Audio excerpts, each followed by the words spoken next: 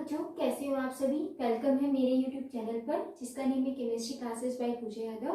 और आज की इस वीडियो के अंदर जो यूनिट 3 है इलेक्ट्रोकेमिस्ट्री, उसका हम 5th लेक्चर लेकर आए हैं जिसके अंदर हम सॉल्ट ब्रिज डिस्कस करेंगे। इससे प्रीवियस वीडियो के अंदर हमने गैल्वेनिक सेल डिस्कस किया था और उसके अंदर ये देखा था कि सॉल्ट ब्रिज हम क्यों यूज में करते हैं। ठीक है, तो सॉल्ट ब्रिज एक्चुअल में होता क्या है वो देखेंगे और इसका वर्क क्या है, ये कैसे वर्क करता है वो भी हमें देखना है। ठीक है, तो चलो स्टार्ट करते हैं। सबसे पहले देखो, मैंने यहाँ पर गैल्वेनिक सेल बनाया हुआ है और आप सभी को पता है गैल्वेनिक सेल जो होता है वो यूजफुल होता है किसके लिए, जो केमिकल एनर्जी होती है उसको इलेक्ट्रिकल एनर्जी में कन्वर्ट करने के लिए। ठीक है, दैट मीन सबसे पहले यहाँ पर केमिकली रिएक्शन होती है। आप सभी को पता है कि यहाँ पर जो जिंक सल्फेट आयन है ये क्या है, मतलब जो ये सॉल्यूशन है ये क्या है, इलेक्ट्रोलाइट। और यहाँ भी कॉपर सल्फेट का क्या है, इलेक्ट्रोलाइट। ये आपके पास 2 इलेक्ट्रोड है, एक जिंक की इलेक्ट्रोड है और एक कॉपर की इलेक्ट्रोड है। ठीक है, और आप सभी को पता है कि जो जिंक की इलेक्ट्रोड है वो किसकी तरह बिहेव करती है, anode. That means anode electrode है। ठीक है, ये भी आपको याद रखना है। और इस पर क्या होता है, नेगेटिव टर्मिनल होती है। इलेक्ट्रोकेमिकल सेल जो होता है वो इलेक्ट्रोलाइटिक सेल का जस्ट अपोजिट होता है, ये मैंने आपको बताया भी था। ठीक है, और ये जो होता है वो पॉजिटिव टर्मिनल है। दैट मीन्स ये हमारी क्या है, कैथोड है। ये आपको ध्यान रखना है। अब इसमें जब आपने ये देखा कि जो ये जिंक है वो क्या कर रहा था, ये पूरी इलेक्ट्रोड जिंक की है और जिंक मेटल है। मेटल क्या करता है, इलेक्ट्रॉन को लूज करता है। ठीक है, तो एनोड पर क्या रिएक्शन हुई थी, यहाँ पर जिंक 2 पॉजिटिव आयन यहाँ बन जाते हैं। इस सॉल्यूशन के अंदर जिंक 2 पॉजिटिव आयन आ जाते हैं और जो इलेक्ट्रॉन्स होते हैं वो यहाँ अपोजिट डायरेक्शन में मूव करने लग जाते हैं, यहाँ पर आएंगे कैथोड की तरफ। क्योंकि कैथोड पर क्या है, अगर हम यहाँ पर देखें तो कॉपर 2 पॉजिटिव आयंस प्रेजेंट है।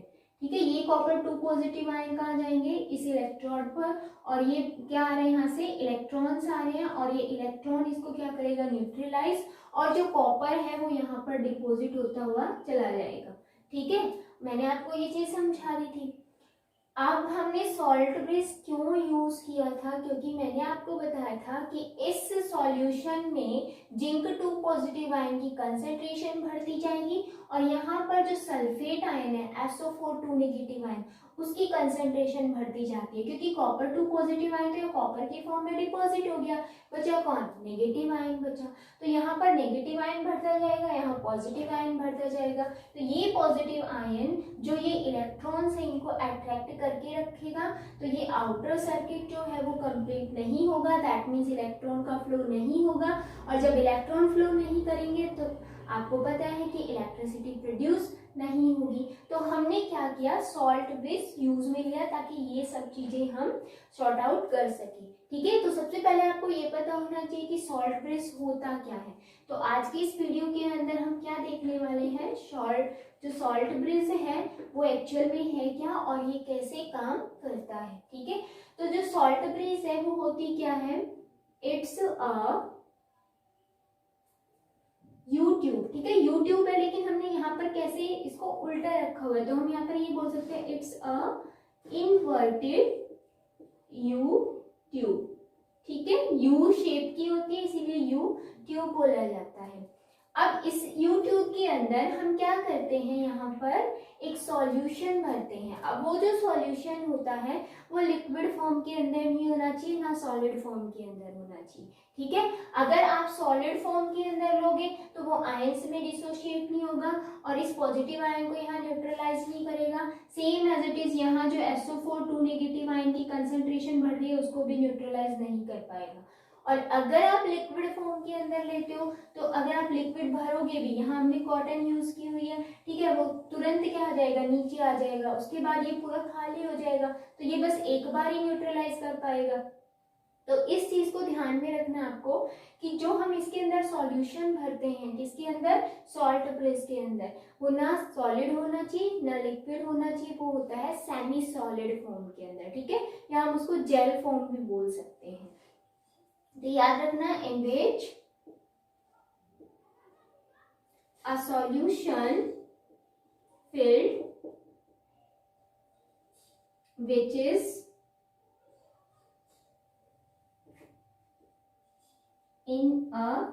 which is a paste of semi liquid, ठीक है।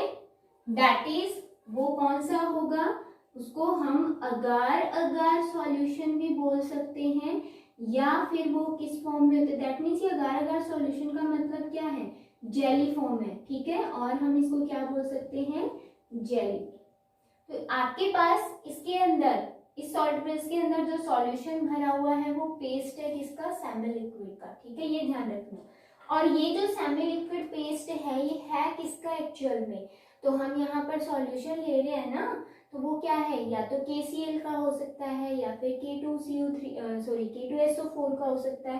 तो आपको इसमें एग्जाम्पल भी याद रखना है, ठीक है। अब एक चीज और यहाँ पर कि जो आप ये सॉल्यूशन ले रहे हो ये कैसा होना चाहिए, इनर्ट होना चाहिए, ठीक है, ये ध्यान रख लेना। तो हम यहाँ पर ये करेंगे, सॉल्यूशन विच इज यूज्ड,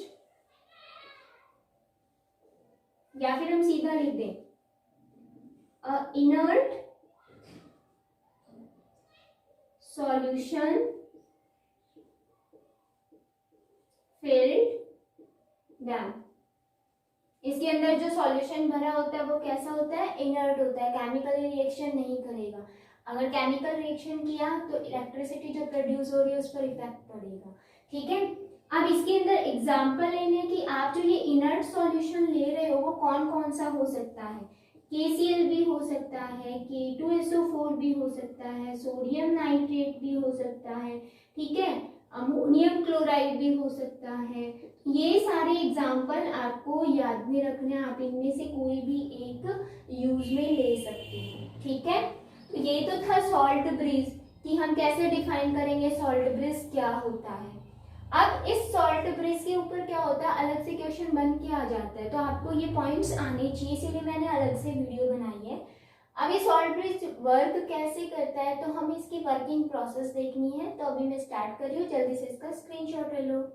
आप देखो बच्चों, यहाँ पर हम वर्किंग देखेंगे कि सॉल्ट ब्रिज कैसे काम करता है। तो मैंने आपको ये बताया था कि यहाँ पर पॉजिटिव आयन की कंसंट्रेशन बढ़ने लग जाती है तो ये इलेक्ट्रॉन को अट्रैक्ट करके रखेगा, इलेक्ट्रॉन को इधर फ्लो नहीं होने देगा, और अगर इलेक्ट्रॉन यहाँ फ्लो नहीं होगा तो ये सर्किट कंप्लीट नहीं होगा। और यहाँ वोल्ट मीटर के अंदर आपको इलेक्ट्रिसिटी किस डायरेक्शन में प्रोड्यूस हो रही है वो आपको नहीं पता चलेगा, ठीक है। तो इस पॉजिटिव आयन को न्यूट्रलाइज कौन करेगा, सपोज हमने इसमें क्या भरा हुआ है, KCl भरा हुआ है, या फिर हम इसमें क्या भर सकते हैं, K2SO4 भी भर सकते हैं, ठीक है, आप कुछ भी भर लो।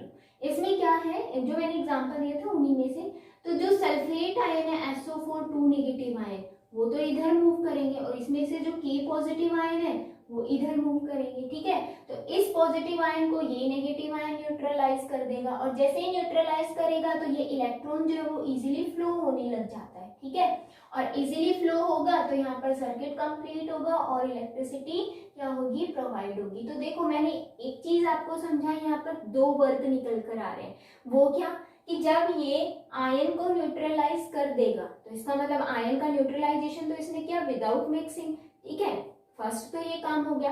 सेकेंड, ये आउटर जो सर्किट है ना जिसमें इलेक्ट्रॉन फ्लो हो रहा है उसको भी क्या करता है, कंप्लीट करता है, फ्लो ऑफ इलेक्ट्रॉन को भी कंप्लीट करेगा, क्योंकि ये न्यूट्रलाइज हो गया तो इलेक्ट्रॉन का फ्लो होने लग जाएगा, और इलेक्ट्रॉन फ्लो होगा तो इलेक्ट्रिसिटी भी प्रोड्यूस होगी। तो जो फर्स्ट वर्क है वो आप क्या कहोगे, सबसे पहले तो इसका काम ही क्या होता है, इट्स न्यूट्रलाइज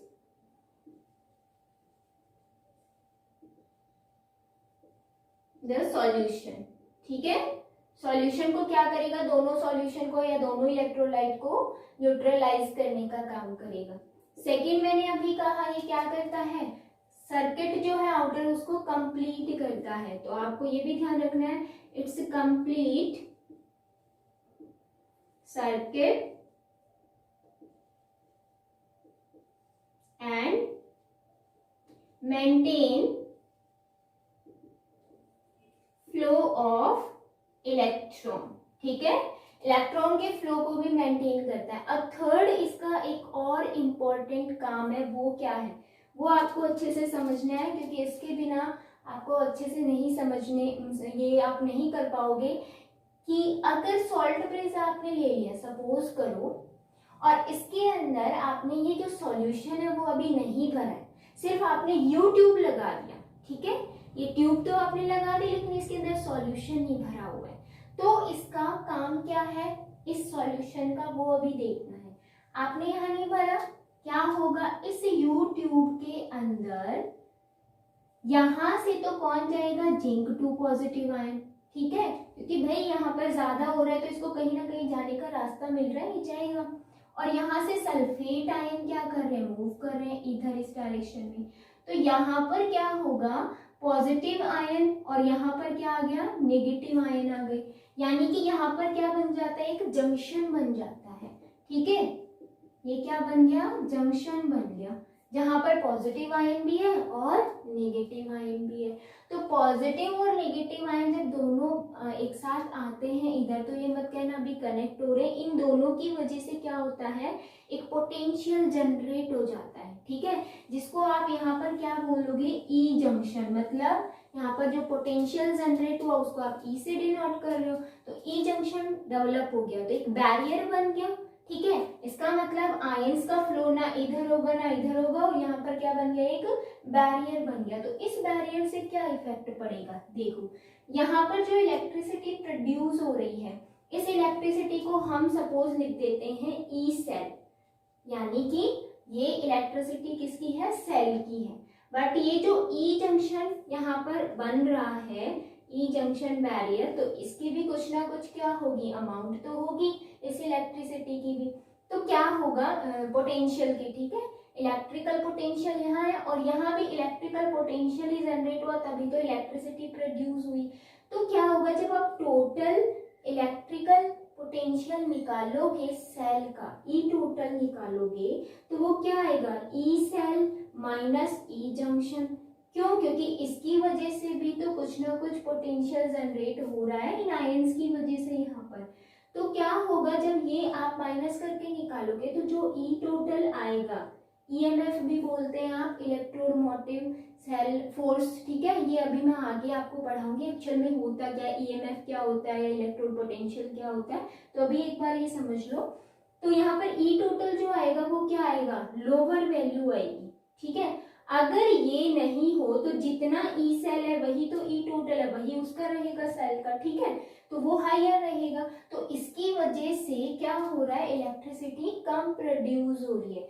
सपोज करो अगर ये जनरेट नहीं होता ई जंक्शन, तो यहाँ पर सपोज करो कि जो आपका ईएमएफ है वो 10 वोल्ट आ रहा है, ठीक है, लेकिन इसके प्रोड्यूस होने की वजह से वो कम हो जाएगी, क्योंकि इसकी भी तो कुछ ना कुछ वैल्यू होगी। सपोज इसकी 2 वोल्ट है, तो 10 माइनस 2 करोगे तो कितना आया, 8, ठीक है, तो वो क्या हो रहा है, कम हो रहा है। तो हम क्या करते हैं, यहाँ पर जो सॉल्यूशन यूज में लेते हैं वो क्या करेगा, इन आयंस को यहीं पर ही न्यूट्रलाइज कर देगा, जो ये ई जंक्शन है वो नहीं बन पाएगा। इसका मतलब जो आपका जो ईएमएफ है वो क्या रहेगा, ज्यादा रहेगा, ठीक है। तो इसका मतलब ये क्या करता है, ये करता है it's reduce junction potential barrier, ठीक है, ये क्या करता है, उसको रिड्यूस करने का काम करता है, इसको कम करेगा, तो इसका मतलब आपके पास जो ईएमएफ आएगा सेल का वो क्या आएगा, ज्यादा आएगा। तो हमें ये पता चल जाएगा कि ये कितनी इलेक्ट्रिसिटी प्रोड्यूस कर रहा है वोल्ट के अंदर, वो आ जाएगी, ठीक है। तो ये था सॉल्ट ब्रिज का काम। अब इसमें इंपॉर्टेंट कुछ पॉइंट्स हैं वो ध्यान में रखना है, तो वो आप नोट डाल के लिखोगे, क्योंकि जब भी हम नोट डाल के कोई चीज लिखते हैं तो वो हमें याद रहती है। वो क्या क्या है वो देखो, आपने जो यहाँ पर इलेक्ट्रोलाइट लिया है, ठीक है, मतलब जो सॉल्यूशन लिया है किसमें, सॉल्ट ब्रिज के अंदर, उनमें जो आयंस है कौन कौन से, नेगेटिव और पॉजिटिव आयन, उनकी मोबिलिटी क्या होनी चाहिए, सेम होनी चाहिए, ठीक है। तो ध्यान रखना, mobility of ions should be same, same होनी चाहिए, ठीक है, should be same in salt bridge, ठीक है। सॉल्ट ब्रिज के अंदर जो इलेक्ट्रोलाइट भरा है, सॉल्यूशन भरा है, उसमें मोबिलिटी जो आयन की वो सेम होनी चाहिए। अगर सेम नहीं हुई तो क्या होगा, देखो यहाँ पर जो सल्फेट आयन है, सपोज करो इनकी फास्ट मूवमेंट हो रही है, ये तो यहाँ पर जिंक 2 पॉजिटिव आयन को न्यूट्रलाइज कर देगा, ठीक है, न्यूट्रलाइज करेगा, दैट मीन्स ये इलेक्ट्रॉन इजीली यहाँ चले जाएंगे क्योंकि पॉजिटिव आयन कम हो गया, प्लस और माइनस के बीच में अट्रैक्शन कम हो गया, तो ये इलेक्ट्रॉन यहाँ जा पाएंगे।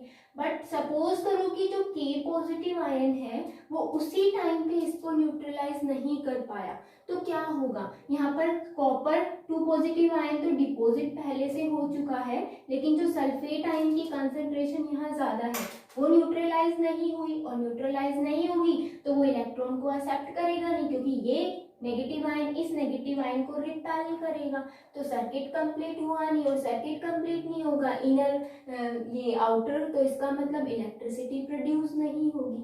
ठीक है, तो जो मोबिलिटी ऑफ आयन है वो क्या होनी चाहिए, सेम होनी चाहिए।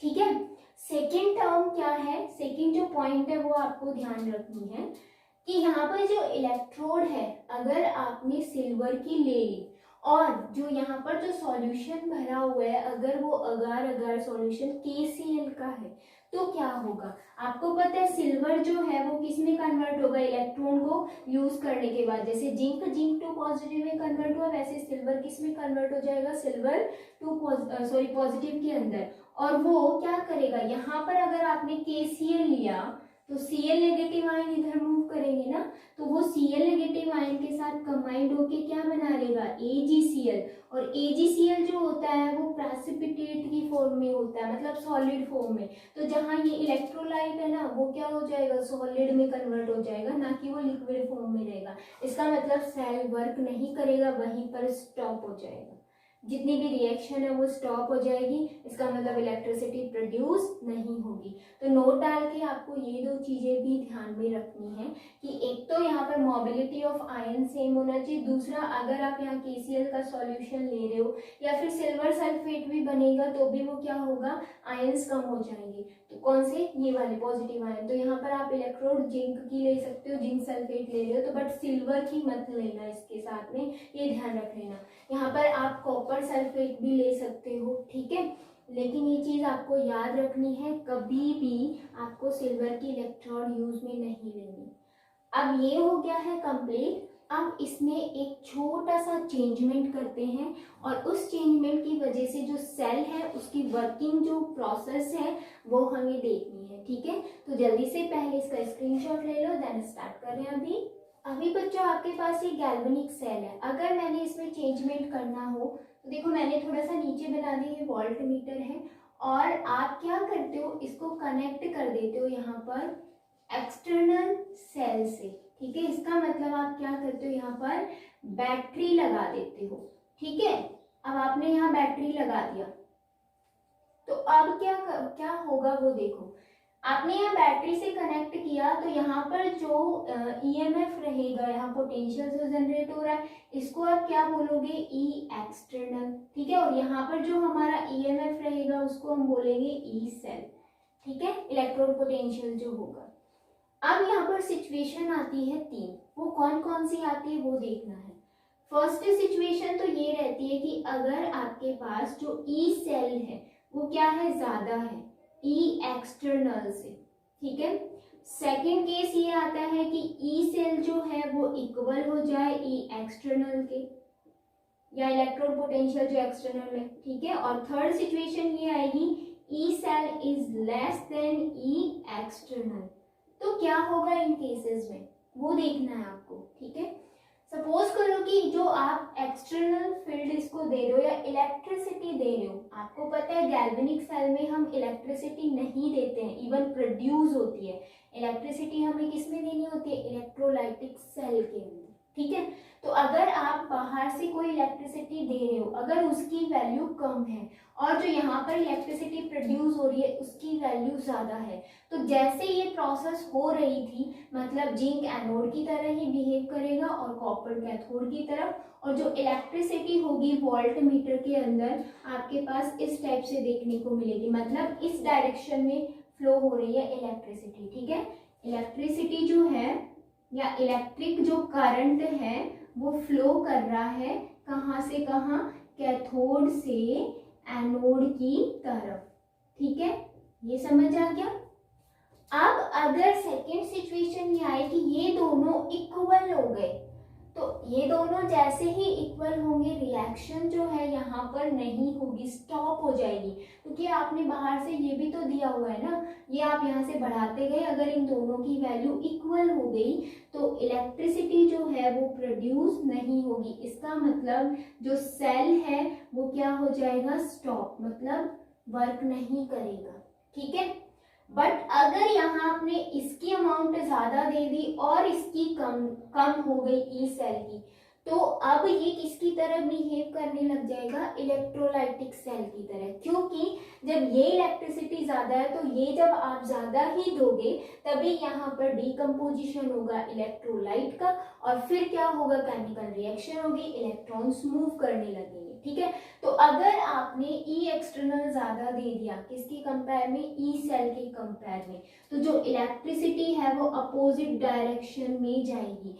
इसका मतलब क्या है, इसका मतलब ये है कि जो कॉपर इलेक्ट्रोड है वो अब किसकी तरह बिहेव करेगी, एनोड की तरह बिहेव करेगी, और जो जिंक इलेक्ट्रोड है वो किसकी तरह बिहेव करने लग जाएगी, कैथोड की तरह बिहेव करने लग जाएगी। तो जब ये वाली सिचुएशन आएगी तो आपको ये ध्यान रखना है कि जो इलेक्ट्रिसिटी होगी वो अपोजिट डायरेक्शन में जाएगी, मतलब जिंक इलेक्ट्रोड से कॉपर इलेक्ट्रोड की तरफ इलेक्ट्रिसिटी फ्लो करती है। ठीक है, और यहाँ पे क्या था, यहाँ था कॉपर इलेक्ट्रोड से जिंक इलेक्ट्रोड की तरफ मूव कर रही थी इलेक्ट्रिसिटी, तो इसका जस्ट अपोजिट हो जाता है। और जब ये प्रोसेस हो जाती है दैट मींस इलेक्ट्रोलाइटिक सेल की तरह बिहेव करने लग जाता है, और इस सेल को हम एक और नाम देते हैं डैनियल सेल। ठीक है, तो आपको पता होना चाहिए डैनियल सेल क्या होता है। ठीक है, तो डैनियल सेल का जो काम है वो आपको ध्यान में रखना है, इसमें जस्ट अपोजिट होता है। क्या होता है कि जो कॉपर है वो क्या करता है, कॉपर 2 पॉजिटिव आयन के अंदर कन्वर्ट होता है एंड 2 इलेक्ट्रॉन रिलीज करता है। ठीक है, और ये किसकी तरह बिहेव करेगा, एनोड की तरह बिहेव करेगा। इसका मतलब इसमें होगा ऑक्सीडेशन, और यहाँ पर जो जिंक पॉजिटिव आयन है वो इलेक्ट्रॉन को गेन करेंगे और किस में कन्वर्ट होंगे, जिंक में। इसका मतलब क्या है, इसका मतलब ये है कि जो कैथोड है, सॉरी जो ये कॉपर इलेक्ट्रोड है वो क्या होती चली जाएगी, थिन होती चली जाएगी, और जो जिंक इलेक्ट्रोड है वो थिक होती चली जाती है, मोटी होती चली जाती है, क्योंकि जिंक मेटल जो है वो यहाँ पर डिपोजिट होने लग जाता है। ठीक है, तो ये होगी कैथोड की तरह बिहेव करने लग जाती है, और इसमें क्या होता है, रिडक्शन होता है। ये चीज आपको ध्यान रखनी है। तो ये होता है डैनियल सेल, जिसमें ये केस आते हैं ये डैनियल सेल की तरह बिहेव करने लग जाता है। अब ये गैल्वेनिक सेल नहीं रहता है, तो ये केस आपको ध्यान में रखना है। ठीक है, तो मेरी तरफ से ये वाला जो टॉपिक है वो कंप्लीट हो गया है। नेक्स्ट वीडियो के अंदर बच्चों हम लेकर आएंगे कि इलेक्ट्रोड पोटेंशियल क्या होता है। ठीक है, तो हमें पूरा मेजरमेंट भी करना है और वैल्यूज भी याद रखनी है उसकी। तो मिलते हैं नेक्स्ट वीडियो में, टेक केयर।